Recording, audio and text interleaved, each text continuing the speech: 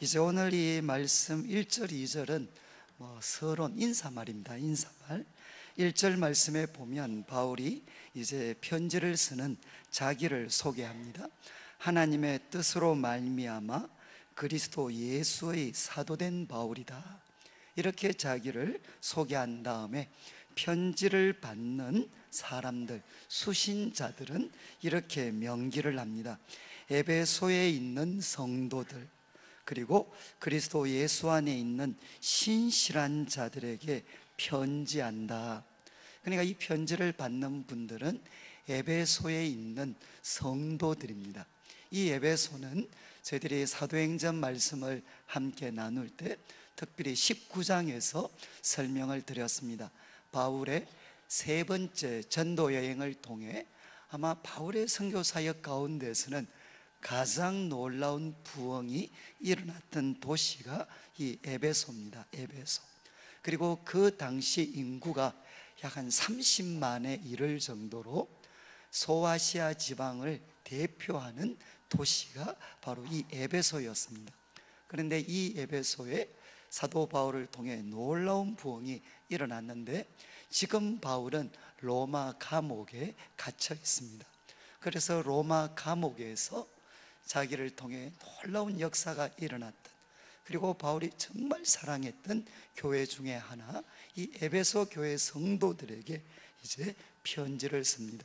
그런데 그들은 에베소에 있는 성도들이다. 성도들.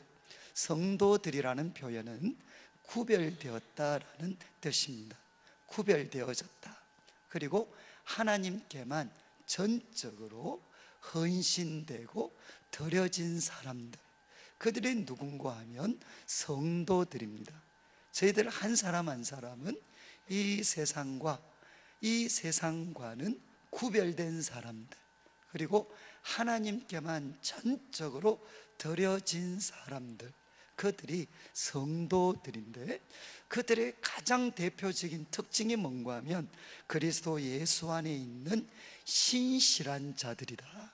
그런데 이 신실이라는 말은 조금 정확하지는 않습니다. 조금 더 정확하게 한다면 그리스도 예수를 믿는 자들에게 편지한다. 그러니까 성도들, 그들은 세상과는 전적으로 구별되는 사람들인데, 그들의 본질적인 특징은 뭐냐? 그리스도 예수를 믿는 사람들입니다.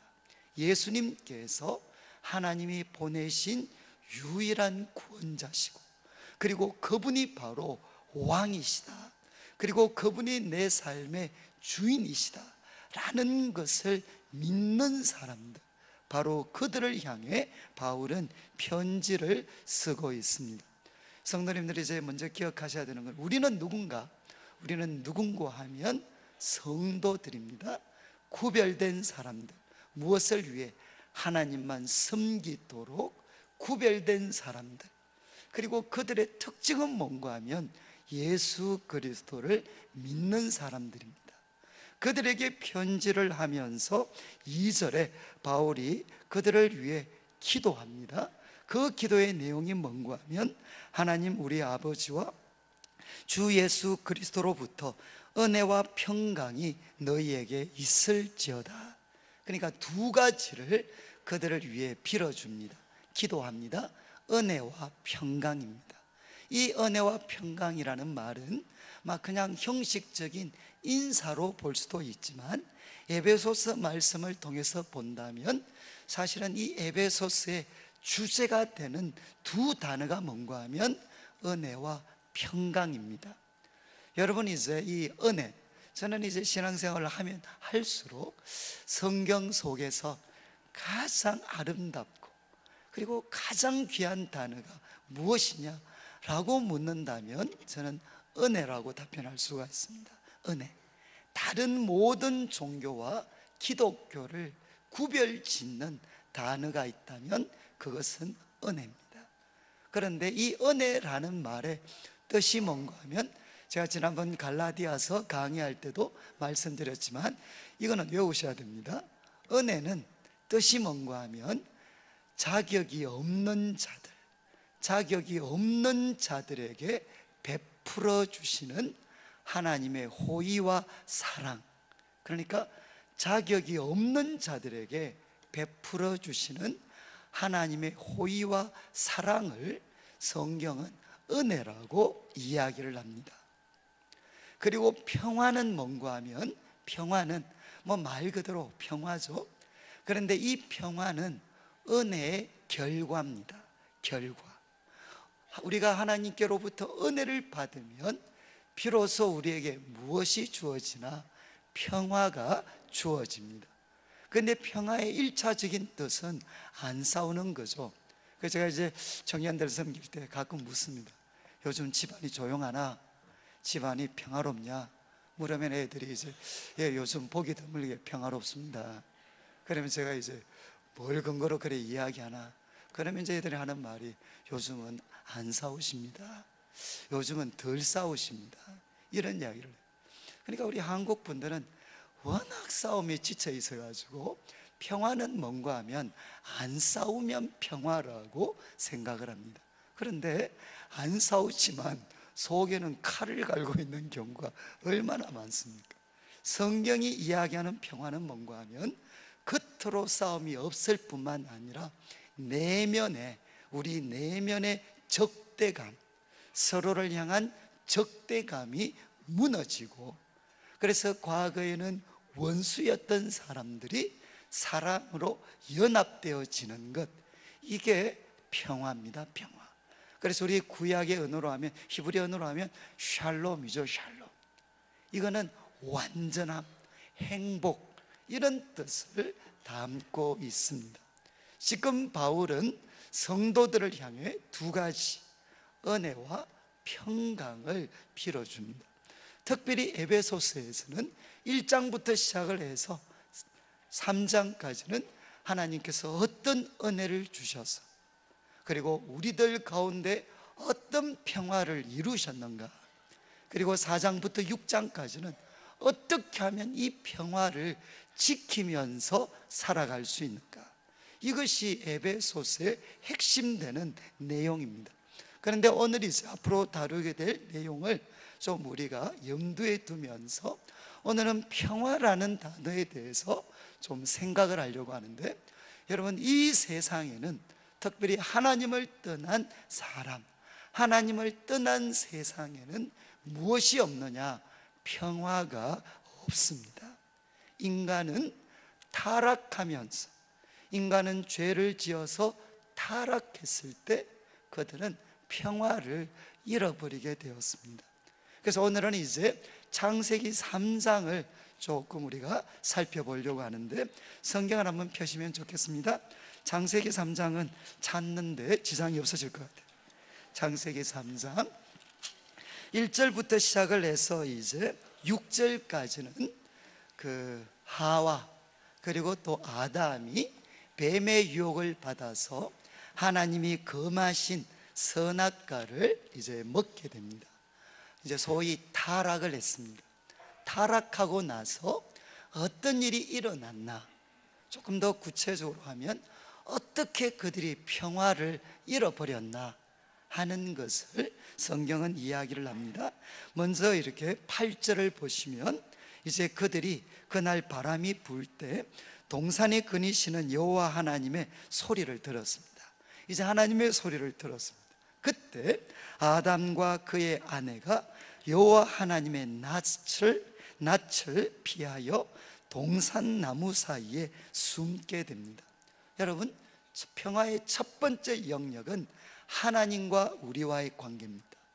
그런데 타락했을 때, 그리고 죄 중에 있는 인간은 하나님과 평화를 잃어버렸습니다.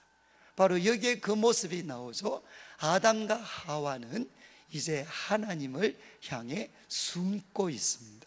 피하고 있습니다.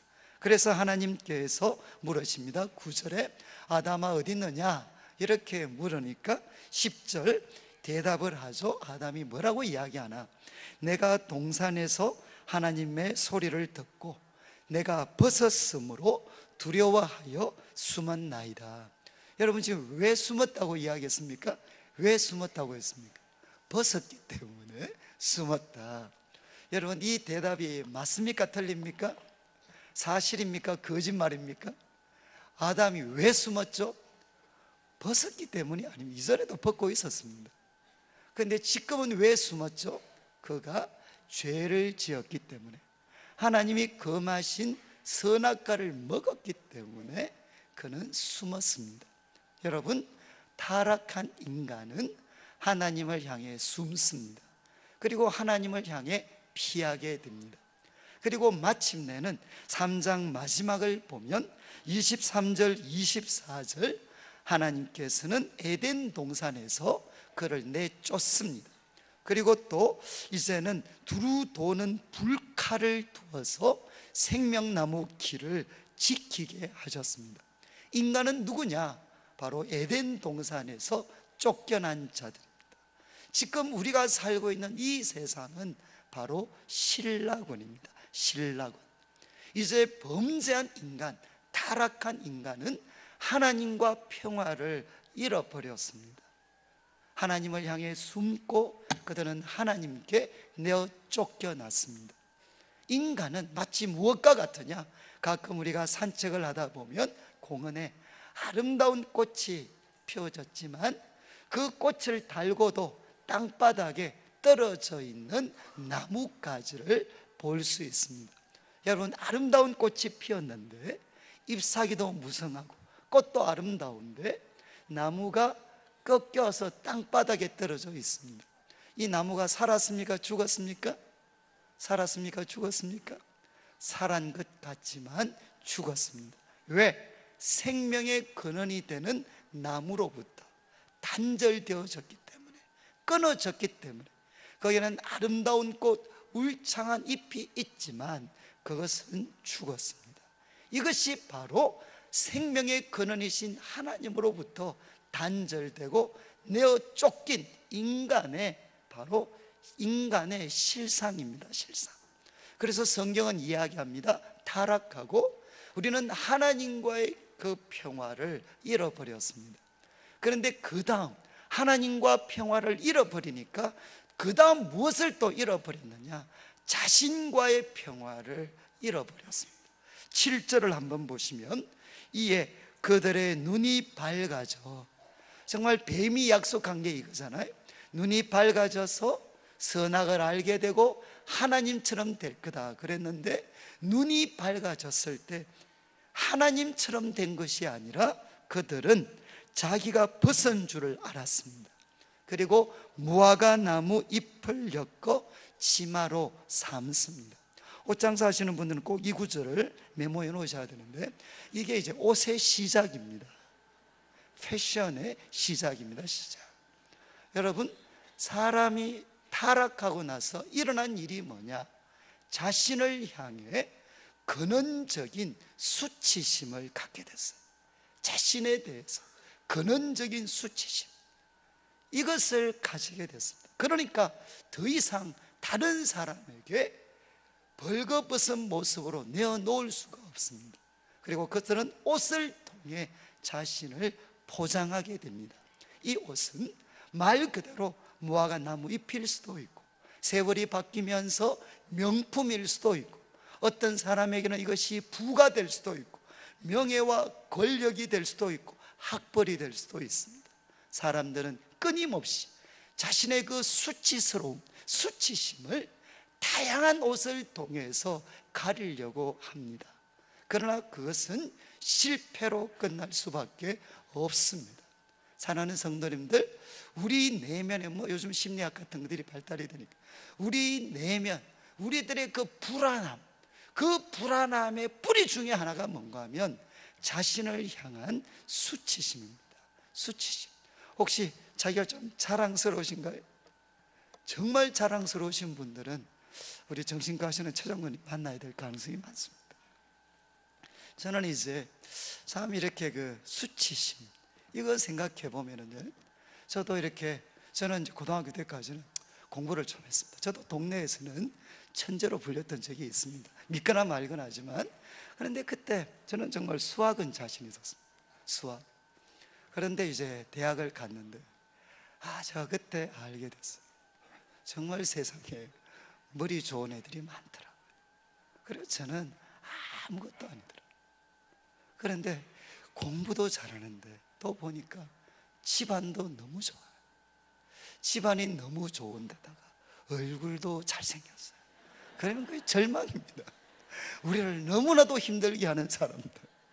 그런데 여러분, 참 세상에는, 제가 뭐 2부 때도 한번 했으니까, 제가 이 인간이 가진 근원적인 수치심은, 제 노래 원래 18번이 개똥벌레인데, 신정원 집사님이시죠 지금. 이제 분당 우리 교회 집사님이신데, 그분 그 개똥벌레 정말 잘 나타나 있습니다. 거기 가사를 보시면 아무리 우겨봐도 어쩔 수 없네. 그 다음 뭡니까?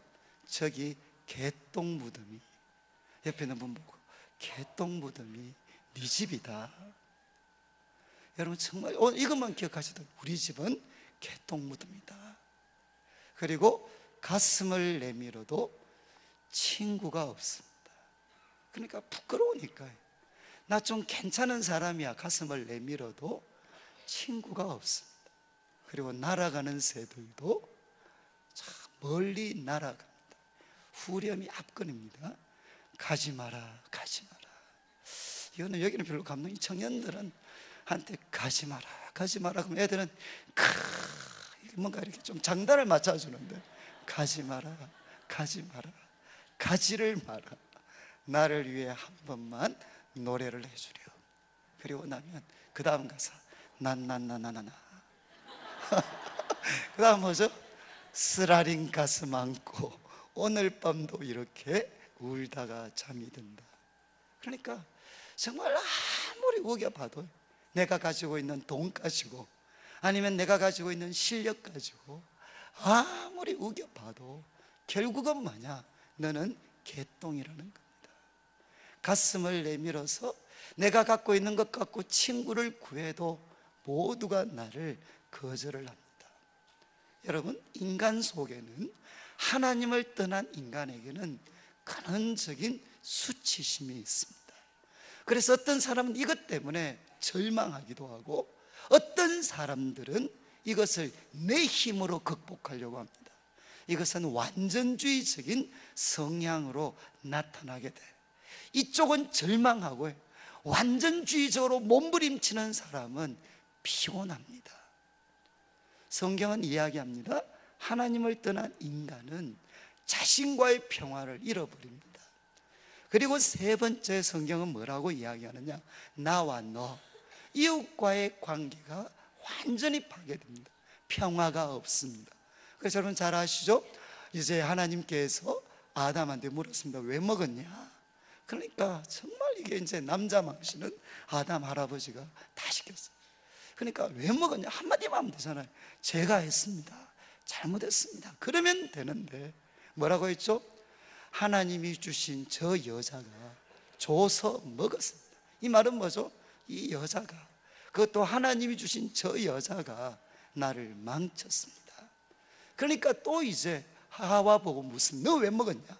그래 또 이야기합니다. 뱀이 줘서 먹었습니다. 여러분, 타락한 인간은 그 관계 속에서 언제나 무엇이냐? 책임 전가입니다. 책임 전가.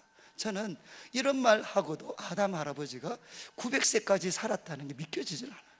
그 바가지를 어떻게 건져내셨는지 정말, 정말 그는 뭐 평생 아마 제가 볼 때는 건수가 되고 박살이 났겠죠. 여러분, 그렇게 하잖아요. 근데 이것만 있는 게 아닙니다. 우리가 자녀들을 키우다 보면 제일 가슴 아플 때가 언제입니까? 이 녀석들이 돈 줄 때는 말 잘 듣다가 한 번씩 수 틀리면 아빠 때문에, 엄마 때문에 이러면 정말 뭐 되게 하고 싶죠, 사실은. 애들. 이 세상은 책임 전가입니다. 책임 전가. 바로 너 때문이야. 그리고 그를 내한테 붙여주신 하나님 당신 때문입니다. 그리고 더 나아가서 뭘 하느냐? 창세기 4장을 보면 형제지간에는 또 뭐합니까? 형제지간에는 살인이 있는데 그 살인의 중심에 무엇이 있느냐? 비교의식입니다. 비교의식. 사람을 죽이는 거, 비교의식. 여러분 아시죠? 이런 이야기 들으셨죠? 어떤 한 신앙 좋은 참 어느 왕이 두 사람 불러서 큰 공을 세운 사람한테, 야, 내가 너한테 원하는 거 뭐든지 요구하면 다 줄게. 그러니까 한 사람한테 원하는 거 뭐든지 줄게. 그런데 조건이 있다. 옆에 있는 이 사람한테는 네가 니한테 주는 것 더블로 주겠다. 더블로, 배로 주겠다. 갑절로 주겠다. 그러니까 이 사람이 고민을 하잖아.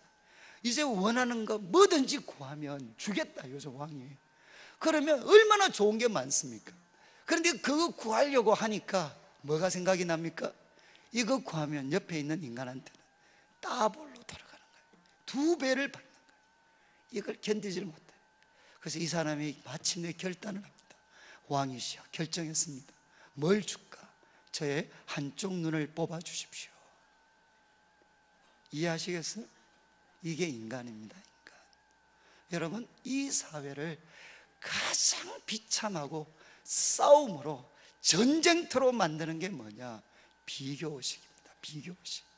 가까운 사람을 향해서는 책임 전가, 그리고 또 정말 비교의식. 그래서 조금만 잘 나가면 미워하고 원통하고 분해서 견딜 수가 없고, 조금만 못하면 짓밟아 버리는 게 바로 이 세상입니다. 그리고 이제 마지막으로 또 어디와 평화가 깨지느냐? 일과 평화가 깨집니다. 일. 우리 인간은 뭔가 하면 일하는 존재입니다. 여러분이 이제 이어지는 16절 말씀을 보시면은요, 이제 여자에게 하나님께서 일종의 저주죠, 저주. 이렇게 말씀하십니다. 내가 너한테 임신하는 고통을 크게 다할 거다. 네가 수고하고 자식을 낳을 거다. 근데 이거는 거의 극복이 됐습니다. 이제 무통분만이라든가 뭐 이렇게 한 번 있기 때문에 이거는 뭐 웬만큼 극복이 됐어요. 그런데 이제 잉태하는 고통을 크게 다할 거다. 수고하고 자식 낳는다. 이거는 세월이 좀 바뀌었습니다. 근데 두 번째, 이거는 잘 교회에서 강조를 안 하는데, 두 번째 보십시오. 너는 남편을 원하고 남편은 너를 다스릴 것이다. 이게 좋은 말 같습니까? 나쁜 말 같습니까? 여자들이 너는 남편을 원하고 남편은 너를 다스릴 거다. 여러분, 이 말씀이 좋은 말씀 같습니까? 아니면 안 좋은 말씀 같습니까? 분위기가 안 좋잖아요.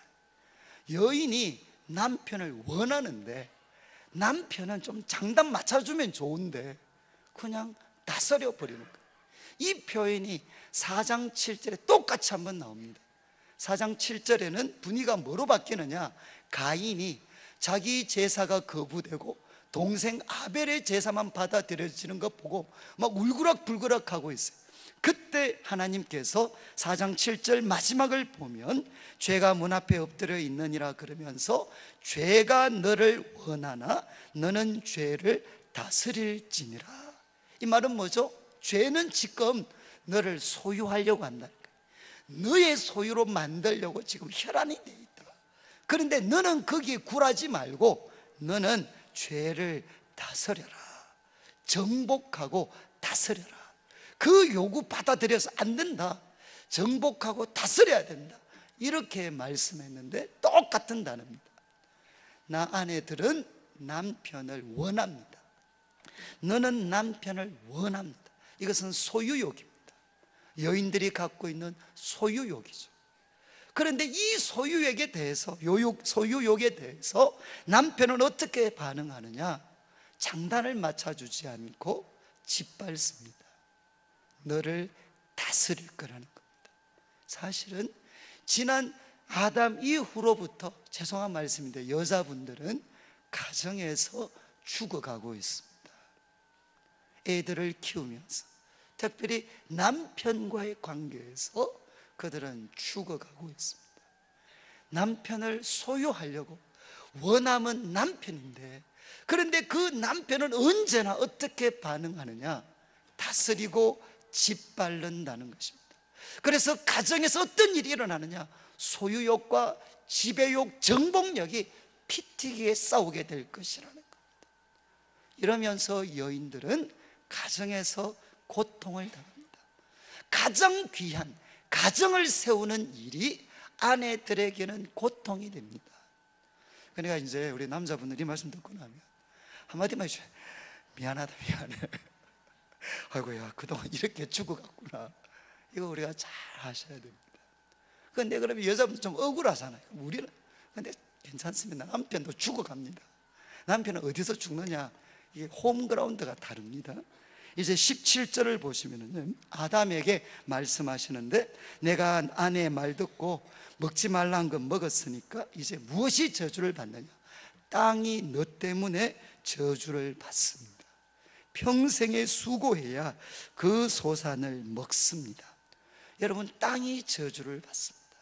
그러니까 여자들은 가정에서 죽어가지만 남편들은 땅에서 죽어갑니다. 거기에서 수고, 가장 고통스러운 수고를 감당합니다. 그리고 18절, 땅이 내게 가시덤불과 은근키를 낼 것이라. 내가 먹을 것은 밭의 채소다. 그러니까 땅에서, 가정에서는 아내들이 볼 때 남편이 가시덤불과 은근키가 된다면 남편들은 땅에서 먹고 살아야 되는데 거기에서 가시덤불과 은근키가 일어납니다.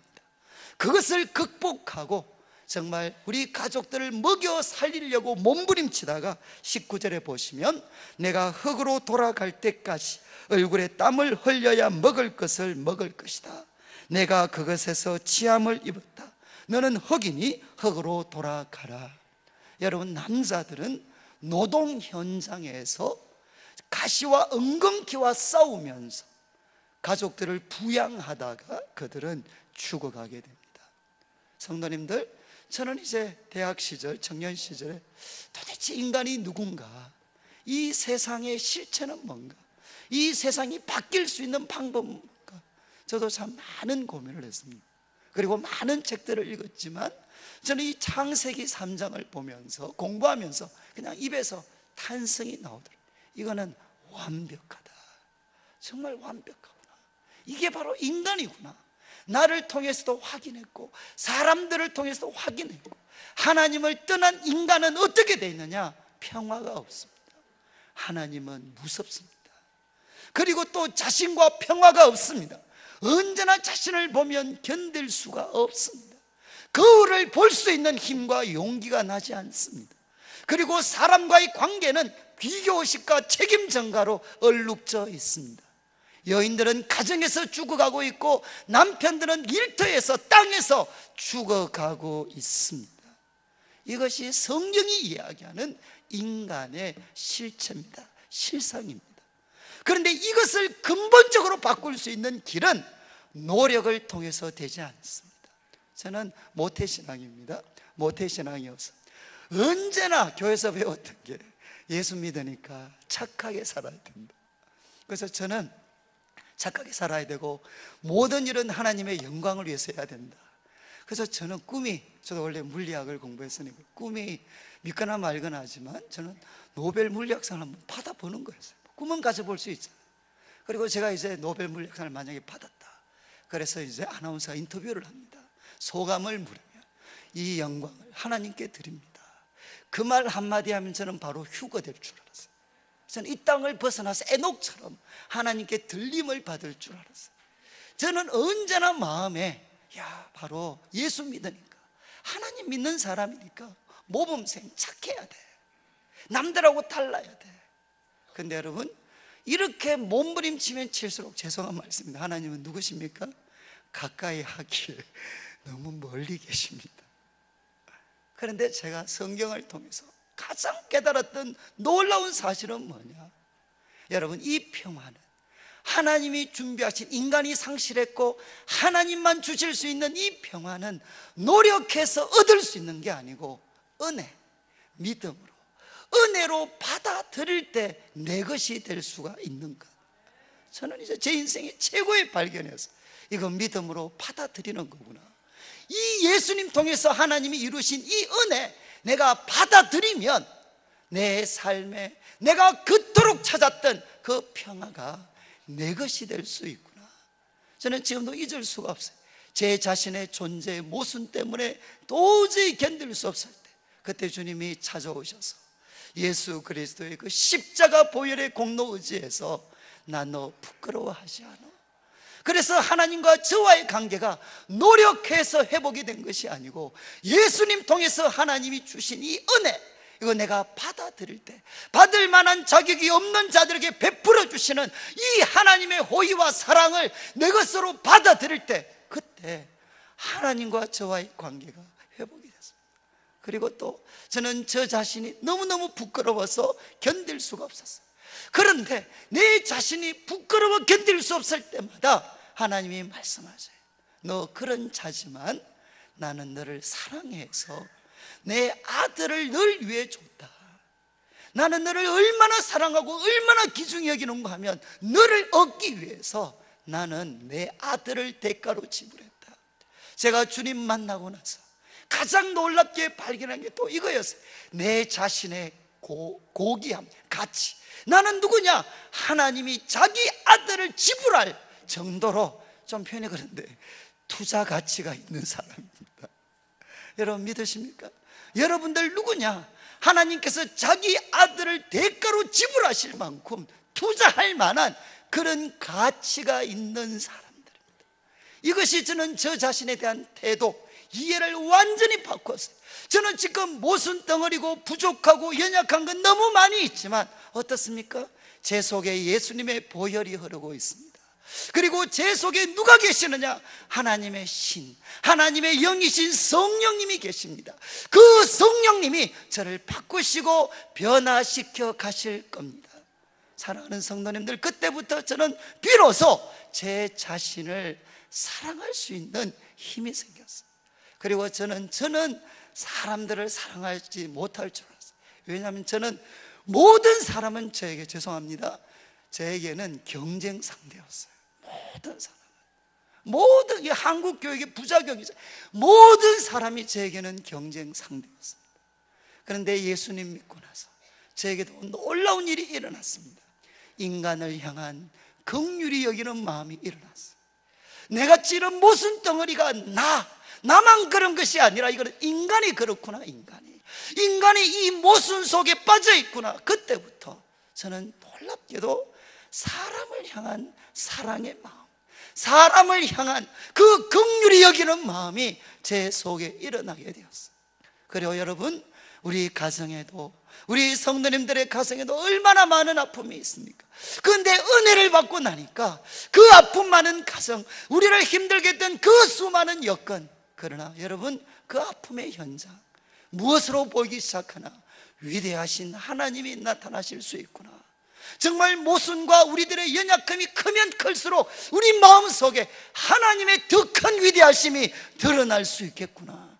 그래서 이제는 힘들게 했던 가정, 힘들게 했던 사람들을 보면 그것이 무엇으로 바뀌느냐? 소명의 현장으로 바뀌는 겁니다. 그리고 여러분, 저희들이 대학을 딸 20년, 30년 전을 생각해 보십시오. 우리 한국 사회가 어땠습니까? 그런데 그때 주님을 믿었을 때 모든 성도들이 무엇을 붙잡고 기도했습니까? 우리나라가 정말 아름답고 멋있고 부족한 게 없어서 세계 속에 대한민국이었기 때문에 우리가 붙잡고 기도했습니까? 그때 우리는 한국 사회를 보면 견딜 수가 없었어요. 견딜 수가. 그런 모순과 한계가 가득 차 있었습니다. 제가 외국에 유학 가서 공부할 때 아시아, 아프리카에서 온 애들이 많이 있었어요. 그때 제가 2000년도니까 2000년, 2001년도 그 아이들과 이야기하다 보면 우리나라 때문에 너무너무 걱정이 많다, 우리나라 이렇다. 그러면 거기 아시아, 아프리카에 있는 애들이 전부 다 눈을 둥그렇게 뜨고 해. 야, 누구 나라 걱정할 게 뭐가 있냐, 누구 나라. 우리나라 봐라, 우리나라니까. 그 아시아와 아프리카에 있는 나라들이 자기 이야기를 해줘. 정말 과거에는 우리와 똑같은 상황이었는데 그들은 지금도 그 내전과 갈등에서 벗어나지를 못해요. 그러나 우리는 어떻게 했느냐? 정말 하나님께서 많은 은혜를 베풀어 주셨어요. 어떻게 이런 일이 일어날 수 있었습니까?